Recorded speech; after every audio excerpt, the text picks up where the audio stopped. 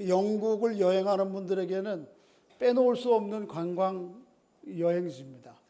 그 웨스트민스터 사원 옆에 바로 빅벤, 영국 국회의사당 멋진 건물이 있고 그걸 알리는 시계탑이 있는 그 근처가 웨스트민스터 사원인데, 이 사원이 유명한 이유는 여러 가지가 있을 것입니다. 먼저는 오래됐습니다. 8세기에 지어졌습니다. 그리고 그것이 오늘의 교회는 아니지만 10세기, 14세기 중개축됐습니다만 오늘의 교회는 아마 14세기경에 지은 교회 모습인데요.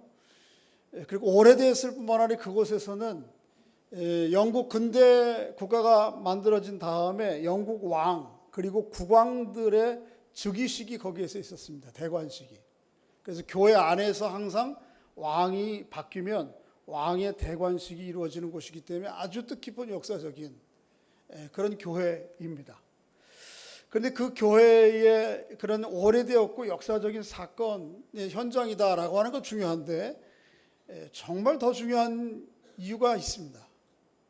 그것은 그 웨스트민스터 애비 사원의 주 계단 벽에 성구가 하나 조각되어 있는데, 돌 위에, 그게 오늘 본문 말씀입니다.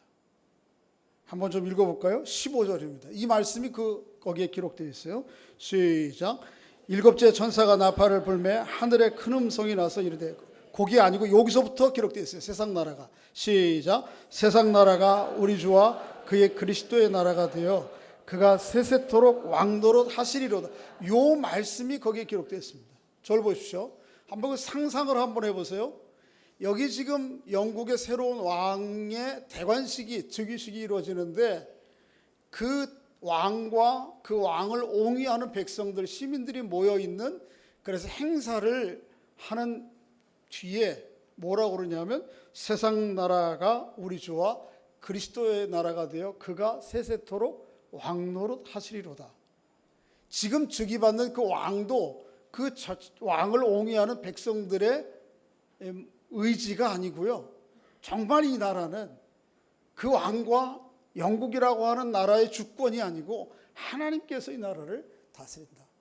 다른 얘기하면 지금 세워주는 왕은 아주 임시적인 하나님의 왕권을 대행하는, 그것도 그 왕권조차도 하나님으로부터 조금 빌려다가 뭐를 행사할 뿐이지 이 왕이 영원할 수 없다. 그냥 언젠가는 끝나고 만다. 사실 아이러니죠. 이 사실을 마치 대관식을 하는 모든 왕과 사람들에게 말은 안 하지만 아주 큰 웅변으로 표현해 주는 말이 바로 오늘 본문 말씀입니다. 우리가 국가의 지도자들을 기대를 가지고 세웁니다. 이 대통령을 세우면, 이 지도자를 세우면 우리나라가 좀 달라지지 않겠나, 지금 우리의 삶이 좀 달라지지 않겠나, 이런 기대를 가지고 항상 지도자들을 새롭게 옹이하는데, 그들의 마지막 모습은 기대와는, 출발할 때와는 다릅니다. 늘 언제나. 그래서 여러분, 역대 대통령의 마지막 점수가, 후한 점수가 별로 없어요. 다 실망해요.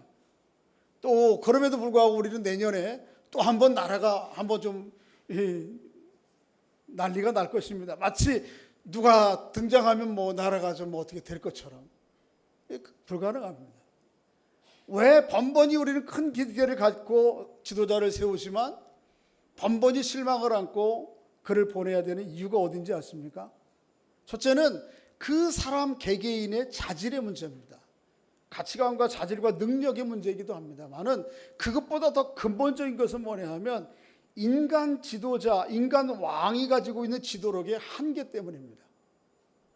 아무리 대단하고 뛰어난 지도자, 왕이 나와도 우리 사람들이 안고 있는 모든 문제를 다 해결할 수 없고 우리들의 개개인의 기대를 만족시킬 수가 없습니다. 기대를 하지 말아야 됩니다. 아예 그런 기대는. 조금 더 있는 상황 안에서 최선의 길이 무엇인가를 찾는 그 중심에 그 지도자가 있을 것은 기대해야 되지만, 저 사람이면 세상이 바뀔 것이다. 아닙니다. 불가능합니다. 그런 실험을 세상은 끝까지 지금까지 해오고 있습니다. 남미의 지난 주간에 브라질 대통령이 탄핵을 받았어요. 이 남미의 지난 10여 년 동안 남미 전체가 다 어떤 분위기였는가 하면 좌파 정권, 좌파 이데올로기, 가지고 이 기치를 걸고 나오는 대통령 지도자들이 다 당선됐습니다. 맞아. 이런 사람들이 혁명적으로 이 나라를 바꿀 수 있을 것이야.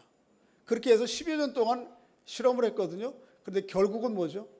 아니네. 그래서 지금 브라질 대통령이 좌파적 이데올로기, 좌파 우파는 우리 말이기 때문에 어떤 진보적 이데올로기를 가지고 나라를 세워가려고 했지만 결국 중도하차하고 마는 것입니다. 저는 뭐 우파를 옹호하는 것도 아니고 좌우파 제가 표현이 잘못된 것 같아요. 진보와 보수, 진정한 의미에서 정치적 나쁜 의미에서가 아니고요. 문제는 진보든 보수든 사람이 세운 지도자의 지도력에는 한계가 있는 것입니다. 그래서 그들에게서 진정한 의미의 세상의 정의와 평화를 기대하기는 불가능한 일입니다. 그 사실을 오늘 본문이 보여주는 거예요. 세상 나라가 우리 주와 그의 그리스도가 나라가 되어 그가 세세토록 왕노릇, 하나님이 왕노릇하는 그 나라가 오지 않는 이상 우리는 진정한 의미의 완전한 정의와 평화는 세상에서 실현할 수가 없는 것입니다. 하나님의 나라가 우리에게 와야 됩니다. 그래서 하나님의 나라가 속히 와서 우리 오늘 승일이 같은 군인이 세상 가운데 총칼 들고 대비하고 무장하는 그런 시대가 아닌 정말 어린아이가 사자굴에 손을 넣어도 울지 않는 그런 상황 가운데 하나님의 나라가 오는 그날을 속히 오기를 기대하고 대망하며 소원하며 살아야 되겠습니다. 오늘 그 하나님의 나라에 대해서 오늘 본문 말씀을 중심으로 조금 더 세밀하게 좀 살펴보겠습니다. 요한계시록의 중심 주제는 뭐죠? 하나님의 나라입니다.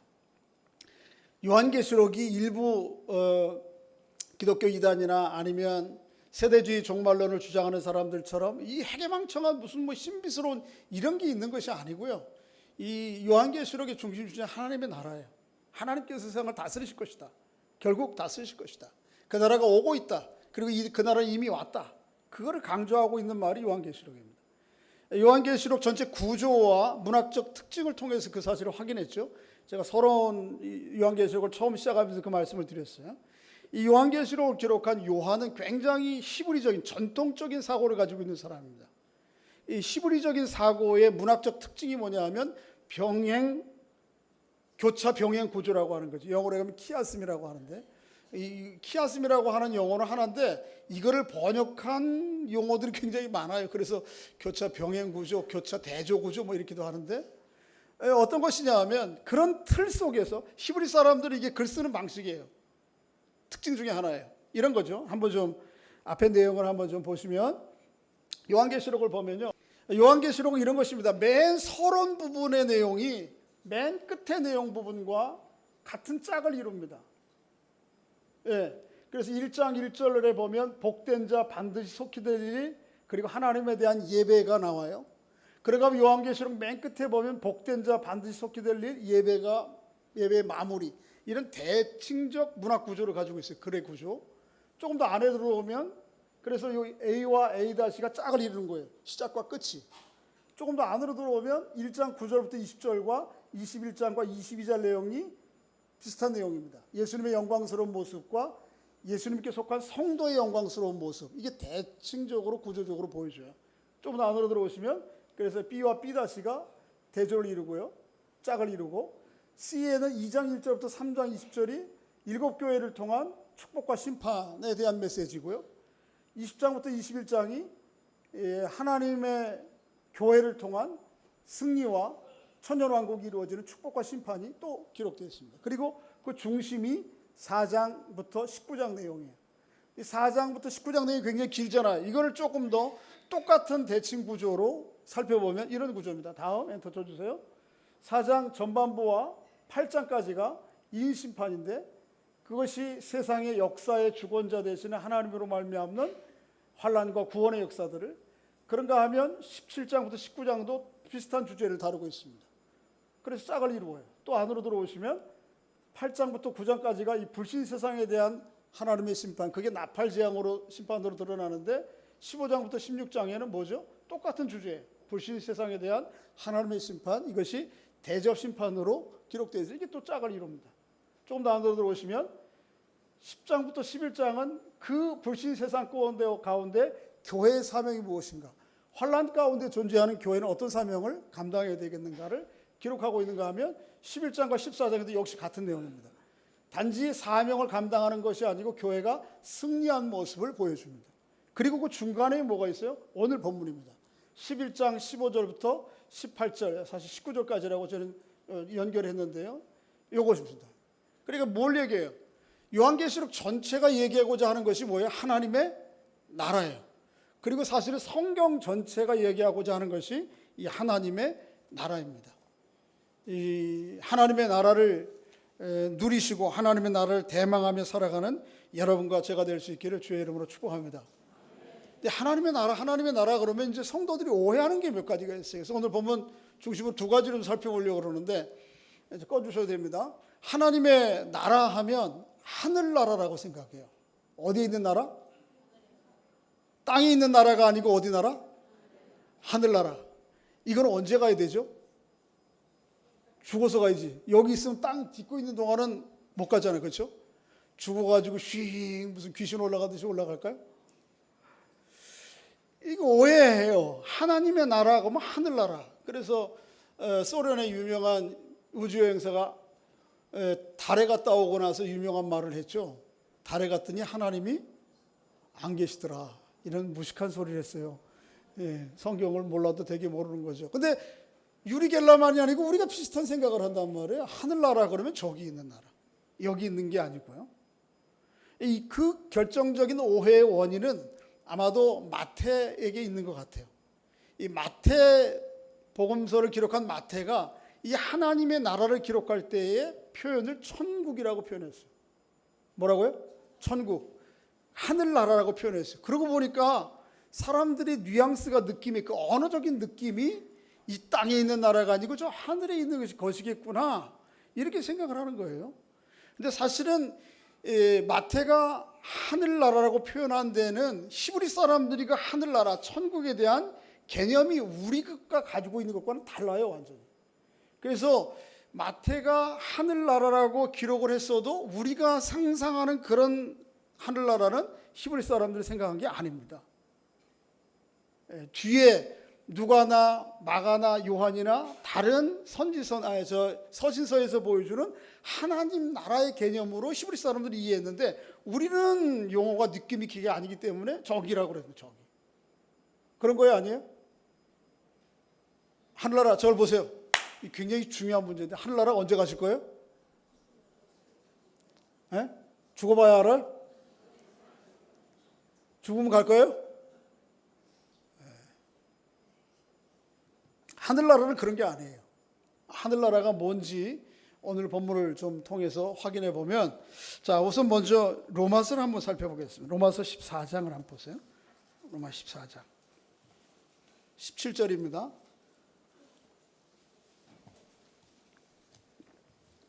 로마서 14장 17절 한번 같이 읽어보겠습니다. 258페이지죠.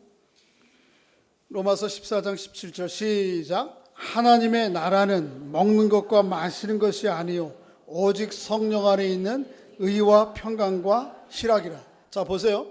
하나님의 나라에 물질적인 요소가 있습니까? 없습니까? 있어요? 없어요? 큰일인데 이거. 그럼 다 귀신들만 모여있는 곳이 하나님 나라 될 것 같은데. 있습니다. 그런데 여기서 바울이 하나님의 나라는 먹는 것과 마시는 것 같은 이런 물질적인 요소가 아니요, 이 말은 그게 전혀 아닌 것이 아니고 그게 우선적인 요소가 아니라 이런 말입니다. 그것보다 더 우선적인 것은 뭐죠? 오직 성령 안에 있는 뭐예요? 의와 희락과 평강. 저를 보세요. 성령 안에 있는 의와 희락과 평강은 뭐냐면, 의라고 하는 것은 관계적 용어입니다. 윤리적인 용어가 아닙니다. 윤리적인 용어이기 이전에 관계적인 용어입니다. 이런 거예요. 남편이 남편 노릇을 아내에게 남편 노릇을 잘 해줘야 되죠. 그죠? 그리고 아내는 아내로서의 노릇을 잘 해줘야 돼요. 그러면 거기에 뭐가 이루어져요? 의로움이 이루어지는 것입니다. 그게 뭐라고요? 그게 의로움이에요. 성경에서 얘기하는. 윤리의 문제 아니에요? 뭐 도둑질 안 했다. 이 의로움 아니에요. 그건 나중에 문제예요. 그러니까 관계의 의로움을, 관계가 온전한 것을 가르쳐서 뭐라 그래요? 의로움이라고 그래요. 하나님은 우리 사람들에게 우리를 지으시고 창조 세상에 대해서 끊임없이 하나님 노릇해 주시죠. 그래서 오늘도 계속해서 생명을 공급하시고, 그런데 우리는 피조물 된 도리를 다 하지 않아요. 그러면 그 관계가 의로운 거예요? 안 관계예요? 안 의로운 거예요? 안 의로운 것입니다. 그리고 의로움이라고 하는 것은 하나님의 하나님 되심 노릇을 제대로 해 주시는데, 나도 거기에 당신을 나의 왕으로 주인으로 모시고 당신의 뜻에 따라서 살겠습니다. 그러면 하나님과 우리 사이에 온전한 의로운 관계가 형성되는 것입니다. 여기서 말하는 의는 그걸 얘기해요. 사람들 관계도 역시 마찬가지예요. 사장님은 사장님 노릇을 제대로 해주셔야 돼요. 종업원은 종업원 노릇을 제대로 해야 거기 사이에 뭐가 일어나요? 관계에 의로움이 있습니다. 그런데 종업원은 종업원 노릇을 제대로 하는데 사장님은 사장 노릇을 제대로 안 하면 이게 의로운 거예요? 안 의로운 거예요? 안 의로운 거예요. 그럼 거기에 평화가 있어요? 없어요? 없어요. 거기 갈등과 다툼이 있는 거예요. 남편은 남편 노릇 다 잘하고, 오늘 아침에 제가 오늘 권사님한테 남편 노릇 잘하냐고 그랬더니 아니래. 우리 집엔 의롭지 않대. 남편이 그 일부 예배 같이 안 오셔서 다행이야. 근데 오늘 2부 예배는 오셨어. 누구라고 말씀하면 다 알 것 같은데 이거 말하면 집에서 오늘 또 가서 사단이 날 것 같아서. 여러분, 부모는 부모 노릇을 제대로 해야 되고 자녀는 자녀 노릇을 하는 게 이게 의로운 것이에요. 그러면 제대로 자기 노릇 제일치를 하면 거기에 뭐가 일어나요? 평강이 있습니다. 그래서 하나님의 나라는 의와 평강과 희락이라, 이 말이 그 말이에요. 제대로 관계 속에서 자기 역할을 제대로 해주면 거기에 평화가 있고요. 평화 더 나아가서 뭐가 있어요? 기쁨이 있습니다. 하나님의 나라는 하나님과 우리와의 온전한 관계 속에서 이루어지는 의로움과 평화와 기쁨의 상태를 가르쳐서 하나님 나라라 그렇게 얘기합니다. 그래서 하나님의 나라는 먹는 것과 마시는 것, 이런 물질적인 어떤 영역의 문제가 아니고 먼저 하나님의 통치와 다스림의 문제입니다. 여러분, 하나님의 통치와 다스림을 온전히 받아들여서 지금 이 자리에서 하나님의 나라를 경험하며 맛보며 살아가는 은혜가 있기를 주의 이름으로 소원합니다. 그래서 우리가 예수를 믿고 하나님의 자녀가 된다는 것은 모든 우리가 하나님과의 관계를 회복한 것처럼 모든 관계가 회복되어서 의로운 관계가 되어서, 친구들도 마찬가지예요. 친구의 의로운 관계가 있어야 돼요. 또 한 가지는 뭐냐면 하나님의 나라에 대한 오해는 하나님의 나라가 그러면 언제 임하는가 하는 것입니다. 자, 하나님의 나라 언제 간다고요? 죽어봐야 알아요? 죽어가야 가는 거예요? 큰일이네. 그러면 하나님의 나라가 죽어봐야 하는 게 아닙니다. 누가복음 17장 20절에 보면 바리새인이 예수님께서 물었어요. 예수님, 하나님 나라가 언제 임합니까? 그래서 예수님께서 이렇게 말씀하셨어요. 하나님의 나라는 여기 있다 저기 있다도 못하리니 하나님 나라는 너희 안에 있느니라. 하나님의 나라는 저기 가는 거 아니에요. 그러니까 하나님 나라 어디 있다고요? 여기 있다고. 여기 내 안에, 요 안에, 우리 안에, 우리 안에. 내 안에는 나 개인이 아니에요. 지난주에 말씀드렸잖아요. 기독교의 구원과 신앙과 구원을 조선종지만한 작은 항아리에다가 집어넣는 우를 보면 안 되는 거예요. 하나님의 나라는 너희 안에 있다 얘기는 너희 관계 속에 있다 이 말입니다. 여기 안에요. 개인적인 내면적인 게 문제가 아니에요. 하나님의 나라는. 하나님의 나라는 뭐예요? 공동체적인 것입니다. 나 혼자 하나님의 나라를 누릴 수 있어요? 없어요? 나 구원받았으면 됐으니까 나는 천국 간다. 당신들은 어떻게 될지 상관없어. 그거 구원받은 사람이야? 안 구원받은 사람이야? 안 구원받은 사람이 제가 볼 때. 성경에서 말하는 구원은 그런 얘기를 한 적이 없어요. 하나님의 나라는 그런 얘기를 한 적이 없어요. 너희 안에, 너희들 안에, 너희들 관계 안에 하나님의 나라는 있는 것입니다. 또 마태복음 2장 28절에 보면 예수님께서 그렇게 말씀하셨어요. 내가 성령을 힘입어 귀신을 쫓아내면 하나님의 나라가 이미 너희 안에 임하였느니라. 예수님께서 이 땅에 오셔서 귀신 쫓으셨어요? 안 쫓으셨어요? 그러면 하나님의 나라가 이미 임했다 말씀하셨는데 하나님의 나라는 이미 여기 와 있는 거예요? 안 와 있는 거예요? 와 있는 거예요. 특히 그 전부터 하나님의 다스림의 영역이 있었지만 예수 그리스도의 십자가의 죽으심을 통해서 하나님의 나라가 세상 가운데 아주 본격적으로 임했다라고 하는 것이 그리스도의 십자가와 부활의 사건이에요. 예수의 이름으로 귀신이 쫓아나가면 거기에 하나님의 나라가 임한 거예요. 여러분, 귀신 쫓는 얘기를 너무 정신병 걸린 사람들 귀신 쫓는 이 얘기로 국한하면 안 됩니다. 어제 저희 아내가 저한테 그러는 거예요. 무슨 유튜브를 보고 집안의 얘기 자꾸 하면 안 되는데 저녁에 가면 이제 혼나는데. 그 뭐라고 그러냐면 사탄을 섬기는 숭배장들이 있대요. 사탄 숭배 종교 이름으로 아예 우리는 노골적으로 사탄을 숭배한다. 그러니까 이 사람들에 대해서 목사님이니까 어떻게 좀 대처를 해야 되지 않겠냐. 어떻게 알아 내가 사탄 숭배하는 사람이지 뭐. 그래서 내가 가만히 듣다가 보니까 여러분 사탄 숭배하는 사람들만 귀신 장난이라고 생각하면 여러분 오해입니다. 예수 그리스도 안에서 우리를 세상 나라에서 하나님의 나라로 옮기셨죠. 그래서 우리를 구원받은 사람이라 그렇게 얘기하거든요. 그러니까 우리가 구원받기 이전의 모든 상태는 다 넓게 보면 다 귀신 장난입니다. 하나님의 말씀과 뜻에 따라서 순종하여 그 의로움과 평강과 기쁨을 누리지는 모든 상태가 사실은 다 귀신 장난입니다. 그게 귀신 종교입니다. 좀 거칠게 얘기하면. 그러니까 사탄을 숭배하는 사람들이라고 따로 얘기할 것이 있어요, 없어요? 없습니다. 영역은 딱 두 가지밖에 없어요. 물론 그들 가운데 적극적으로 더 하는 사람들이 있고 없고 중립적으로 긴지도 아닌지도 모르고 이런 사람들로 그 사람 사이를 구분해야 되겠지만 큰 범위 안에서 보면 예수 그리스도의 하나님의 나라에 옮겨짐을 받은 사람 이외의 모든 것은 다 누구의 영역이죠? 요한계시록에서 계속 보여주듯이 짐승의 영역이요, 마귀의 영역입니다. 그러니까 하나님의 나라는 이미 예수 그리스도 안에서 우리에게 와 있는 것이고 이 땅에 와 있는 것이에요. 그 이미 하나님의 나라로 옮겨진 삶을 여러분과 제가 제대로 깨닫고 보고 누리는 은혜가 있기를 주의 이름으로 소원합니다. 하나님의 나라는 어떻게 되는 거예요? 하나님의 통치, 하나님의 말씀과 그 뜻에 따라서 내가 순종하고 받아들일 때 하나님의 나라는 내게 임하는 것입니다. 우리 관계 속에 임하는 것입니다. 이미 임해 있어요. 할렐루야. 문제는 뭐예요? 아직까지도 그렇게 임해 있지만은 임한 것 같지 않은 상태가 우리에게 있다는 것은 실제죠. 사실이죠. 그럼에도 불구하고 하나님의 나라는 이 땅에 와 있는 것이에요. 그러니까 하나님의 나라의 현재성을 오늘 본문도 잘 보여줘요. 한번 좀 보시겠습니다. 요한계시록 11장 아까 17절인데요. 17절 한번 읽어보겠습니다. 하나님 나라가 여기 와 있다고 하는 것을 보여주는 말씀인데요. 읽습니다. 17절 시작.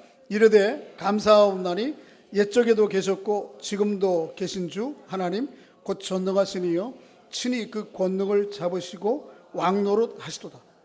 거기까지만요. 근데 24장로의 찬양 가운데 그런 말이 있어요. 감사하옵나니 옛적에도 계시고 지금도 계셨고 뭐 하나 빠진 것 같지 않아요? 네? 장차 오실리 여기에 빠져있단 말이에요. 요한계시록 1장 4절과 8절에 보면 하나님에 대한 표현을 얘기할 때 옛적에도 계시고 지금도 계시고 뭐할? 장차 오실. 한번 따라해 보겠습니다. 옛적에도 계시고 지금도 계시고 장차 오실리. 그러니까 하나님은 과거, 현재, 미래에 상관없이 영원히 계신다라고 이게 전형적인 요한이 쓰는 하나님에 대한 칭호 표현이에요. 4장 8절에는 중간 것과 마지막 게 바뀌어 있을 뿐이에요. 현재, 과거, 미래 영원하신 하나님. 그런데 오늘 본문 가운데에는 장차 계실 이라고 하는 게 있어요, 없어요? 없죠. 다시 한번 보세요. 과거, 현재, 미래 가운데 미래를 표현한 미래의 표현으로 표현된 하나님이 있는지 없는지 감사옵나니 옛적에도 계셨고 과거예요. 지금도 어떻게 하고 계시고 그 다음에 뭐가 나와야 돼? 장차 오시. 있어요, 없어요? 저 보세요.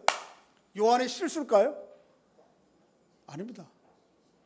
요한의 실수가 아니고 요한이 일부러 뺀 것입니다. 왜냐하면 하나님의 나라는 이미 예수 그리스도의 죽으심과 부활을 믿는 사람들, 그를 구주로 영접해서 하나님을 왕으로 모신 사람들 안에 이미 와 있기 때문에 그것이 충만한 임재의 상태에 있다면 장차 오실 하나님을 굳이 기다릴 필요가 없는 거예요. 그런 의미로 표현한 거예요. 하나님의 나라가 이미 이 자리에 우리 안에 와 계셔서 역사하신다라고 하는 것을 강조하기 위해서 일부러 장차 오실을 뺀 거예요. 자, 이 앞에 보세요. 강단에. 우리 교회 강단에 교회를 시작하면서 교회를 중개축하면서 이 강단을 만들고 앞에다가 이렇게 상징어를 썼어요. 이게 뭐죠? 알파, 맨 끝에 건 뭐예요? 오메가, 그리고 가운데는 뭐예요? M. 그냥 그런 거예요. 이 말은요, 이 신약 성경에 쓰여진 헬라어, 그리스어의 알파벳의 대문자 세 개입니다. 처음 A로 시작처럼 보이는 그게 뭐냐면 알파예요. 그리스어의 첫 글자. 맨 끝에가 뭐죠? 오메가. 그게 뭐예요? 그리스어의 맨 마지막 물자. 그래서 성경은 요한계시록에 하나님은 알파와 오메가 되시고 처음과 나중 되시는 하나님이 그 얘기입니다. 시작과 끝이 되시는 하나님. 그것을 상징하는 말이에요. 교회가 늘 이 알파와 오메가 이것을 성경에도 그렇게 표현되어 있으니까 강조하는데 가운데 우리 교회는 뭐가 있어요? M 표시되는데 이게 M이 아니고 헬라어적 표현으로 표현하면 뭐예요? 뮤라고 하죠. 뮤. 이게 뭐냐면 헬라어의 그리스어의 알파벳이 22글자인데 정 가운데는 아니잖아요. 22개니까 그죠? 그 가운데에 있는 알파벳이 뮤예요. 뭘 얘기하는가 하면 우리가 믿는 하나님은 세상과 역사의 시작과 끝도 되실 뿐만 아니고 이전에 계셨고 앞으로 오실 하나님만 아니고 지금 어디에 계시는 우리와 함께 와 계시는 하나님을 상징적으로 표현하기 위해서 이 상징구를 만든 거예요. 이 상징구대로 하나님은 과거에 계셨을 뿐만 아니고 그때부터 계속 계실 뿐만 아니고 미래에 오실 뿐만 아니고 지금 현재에 와 계신 분이라는 거예요. 오늘 본문에는 일부러 장차 오실 일을 빼요. 그렇게 함으로 이미 여기 와서 우리 안에 역사하시는 하나님에 대해서 아주 강조하고 있는 것이죠. 하나님의 나라가 마치 다시 오실 나라를 기다릴 필요 없이 우리 안에 와 계시는 하나님의 통치를 받아들여 그 하나님을 그렇게 의식하고 그 말씀대로 순종하고 살아 하나님의 의로움과 평화와 기쁨을 맛보고 누리시고 세상 가운데 드러내는 여러분과 제가 될 수 있기를 주의 이름으로 소원합니다.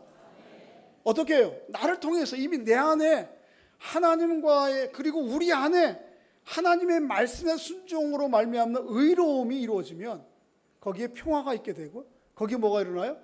하나님의 기쁨이 있어요. 이걸 지금 여기서 하는 거예요. 여기서 맛보는 거예요. 한번 좀 대경 질색하면서 한번 좀 읽어보세요. 여기에서 하나님의 나라를 맛보고 누리지 못하면 천국 못 갑니다. 그래요, 안 그래요? 죽어봐야 알지 못 가는 거예요, 그 사람. 지금 하나님의 나라의 한 부분의 조그만 맛이라도 여기서 경험하지 못하면 하나님의 나라는 그분에게는 안 보이는 거예요. 없는 거예요. 하나님의 나라는 그렇게 여기 와 있어요. 우리 관계 안에. 하나님께서 우리를 회복시켜 주신 그 사랑으로 그 용서로 다른 사람들과의 관계의 의로움을 이루어 살고 그곳에서 오는 샬롬과 평화를 이루며 살고 그곳에서 느끼는 기쁨을 맛보는 거 이게 하나님의 나라의 핵심이에요. 그 다음에 물질적인 영역은 그 결과로 말미암아 자동으로 주어지는 거예요. 여러분 진정한 행복은 돈 많다고 무조건 행복합니까? 그래요 안 그래요? 물질 많다고 행복해요? 아니죠. 우리 이미 알잖아요. 그것보다 뭐예요? 정말 의로운 관계, 평화의 샬롬의 관계, 그 안에서 피어나는 웃음과 꽃, 웃음의 꽃, 기쁨, 이게 정말 행복의 본질이고요. 이거 있으면은 조금 고기 못 먹어도 좀 괜찮아. 라면 끓여 먹어도. 근데 이게 없이 고기만 넘쳐나면 어떻습니까? 별로 행복이 아니에요. 성경이 말하는 행복이 그거야. 하나님의 나라가. 시간이 벌써 다 됐는데 마지막으로 하나님의 나라는 어떻게 완성될지 한번 좀 마지막 살펴보고 마치겠습니다. 하나님의 나라는 이렇게 끝나요. 오늘 본문에 의하면 18절입니다. 한번 읽어보겠습니다. 시작. 이방들이 분노하며 주의 진노가 내려 죽은 자들을 심판하시며 종 선지자들과 성도들과 또 작은 자든지 큰 자든지 주의 이름을 경외하는 자들에게 상 주시며 또 땅을 망하게 하는 자들에게 멸망시키실 때로 소이다. 두 가지입니다. 한번 따라해 보겠습니다. 악한 자의 심판, 하나님을 경외하는 자에 대한 상. 이 두 가지로 세상은 마무리되는 거예요. 하나님의 나라 완성돼요. 뭐예요? 하나님의 뜻을 거역한 사람들에 대한 심판. 그들에게 하나님의 진노로 말미암아 멸망이 일어날 거예요. 여러분, 세상적으로도 볼 때 불의한 사람들에 대한 심판이 있어야 돼요, 없어야 돼요? 반드시 있어야 됩니다. 이 땅의 법의 기준과 잣대와 그것이 적용이 때로는 사람들이 하기 때문에 불합리해도 그대로 가면 내버려두면 안 돼요. 하나님께서 제대로 그걸 심판해 주시는 때가 와야 됩니다. 그래야 정의로운 것입니다. 그런데 이 악한 세상에 대해서 하나님께서 그렇게 심판하실 거예요. 악한 사람들에 대해서 그렇게 심판하실 거예요. 반대로 크든지 작든지 하나님을 경외하는 사람들에게 뭘 주세요? 상을 주세요. 어떤 상 주실까요? 어떤 상 줄까? 예수님의 비유 가운데 보면 하나님 앞에 충성한 사람들에게 때로는 5달란트 받은 사람들에게 얼마 줘요? 5달란트 또 준다고. 어떤 때는 다 10고울 남긴 사람들, 10달란트 남긴 사람, 문화 남긴 사람들에게 뭘 준다고 그래요? 10고울을 준다고 그러는데, 우리 하나님은 째째한 하나님은 아니에요. 아파트 뭐 넓은 거 하나 줄게 이런 거 하나님은 아니에요. 뭐 어떻게 줘요? 고울을, 군을 하나씩, 하나도 아니고 몇 개? 10개씩 준다. 그런 걸까요? 하나님 나라가? 아니에요, 그런 거. 그러니까 하나님 나라에 가서 여러분 천국 가가지고 이 방은 다이아몬드 방, 이 방은 골드바 방, 이 방은 뭐 옥방, 이런 거 누릴 생각 하려면 하나님이 기대하지 마세요. 거기 그런 거 별로 없는 것 같아요, 제가 볼 때. 하나님 나라의 본질은 그게 아니에요, 핵심. 오늘 본문에 나와 있어요, 뭔지. 자, 19절입니다. 19절에 불의한 세상이 받을 것이 무엇이고 심판이 무엇이고 경외하는 사람의 하나님을 경외하는 사람들이 받을 게 뭔지가 19절에 암시되어 있습니다. 시작. 이에 하늘에 있는 하나님의 성전이 열리니 성전 안에 하나님의 언약궤가 보이며 또 번개와 음성들과 우레와 지진과 큰 우박이 있더라.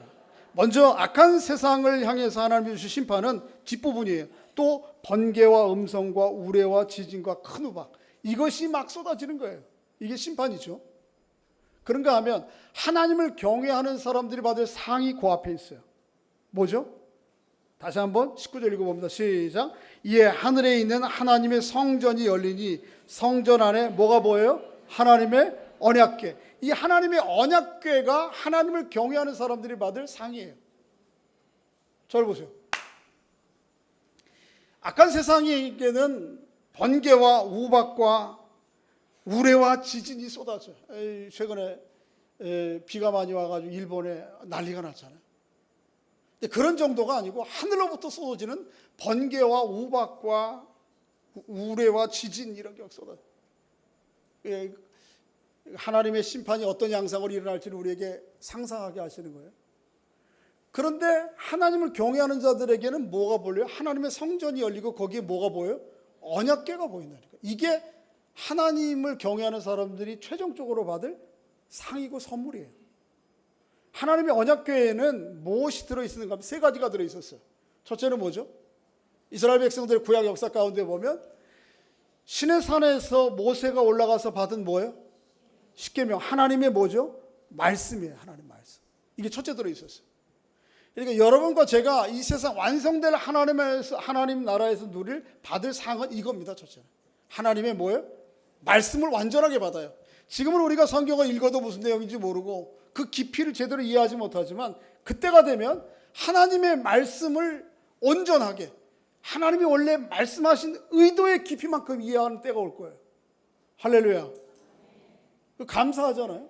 첫째는 그게 있어요. 두 번째는 뭐냐 하면 거기에는 이스라엘 백성들이 광야 생활을 걷는 동안 광야에는 사막인데 먹을 게 없잖아요. 하나님께서 매일 아침마다 이슬과 함께 뭘 보내주시오? 만나. 이 만나를 담은 항아리가 그 안에 들어있어요. 이 얘기는 뭐예요? 하나님께서 너희의 생애를 광야와 같은 이 세상뿐만 아니고 아무것도 없는 사막과 같은 세상 가운데서도 영원히 먹고 사는 문제 책임지고 보호하신다는 거예요. 하나님의 자비를 얘기하는 거예요. 세 번째는 뭐가 들어있었냐면 그 안에 아론이 사용했던 쌍난 지팡이. 저를 보십시오. 위험 있는 어르신 지도자가 지팡이를 할 때에 지금 이 나무 뚝 잘라가지고 이거 들고 다니면 최신이 생겨요, 안 생겨요? 위신이 생겨요, 안 생겨요? 안 생겨요. 그래서 나무가 좀 제대로 된 뭐 굴곡도 좀 지고 껍데기 다 벗기고 잘 마르고 이런 거란 말이에요. 지도자가 모세 옆에 아론을 세워서 하나님께서 이스라엘 백성들을 인도해 가셨어요. 그 상징이었어요, 지팡이가. 지팡이는 살아있는 나무예요, 죽은 나무예요? 죽어도 몇 번 죽은 나무를 가지고 지팡이 하는 거예요. 그렇죠? 물기라고는 전혀 없는. 그런데 하나님께서 그 죽은 지팡이 위에 뭐가 나게 하셨죠? 싹이 나게 하시고 꽃이 피게 하신다.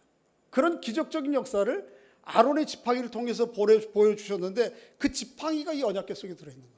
이건 뭘 얘기해요? 죽음이라고 하는 흔적조차 찾아볼 수 없는 그 세상 가운데 하나님은 날마다 새로운 생명의 역사를 일구시는 분이시다. 그 하나님이 뭐야? 네가 받을 상이야. 그렇게 보여주신 거예요.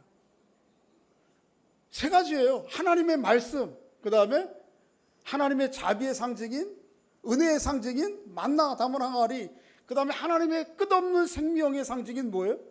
쌍난 지팡이. 그런데 사실은 이게 모두 다가 다 하나예요. 자, 저를 보세요. 여러분, 저를 믿어요, 안 믿어요?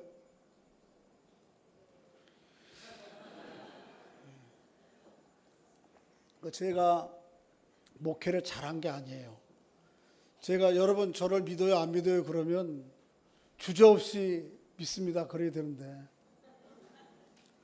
대답을 하시는 분들이 없어. 일부 예배에는 심지어는 안 믿어요. 그러면 어떤 분이 그랬어. 실수인지 모르죠.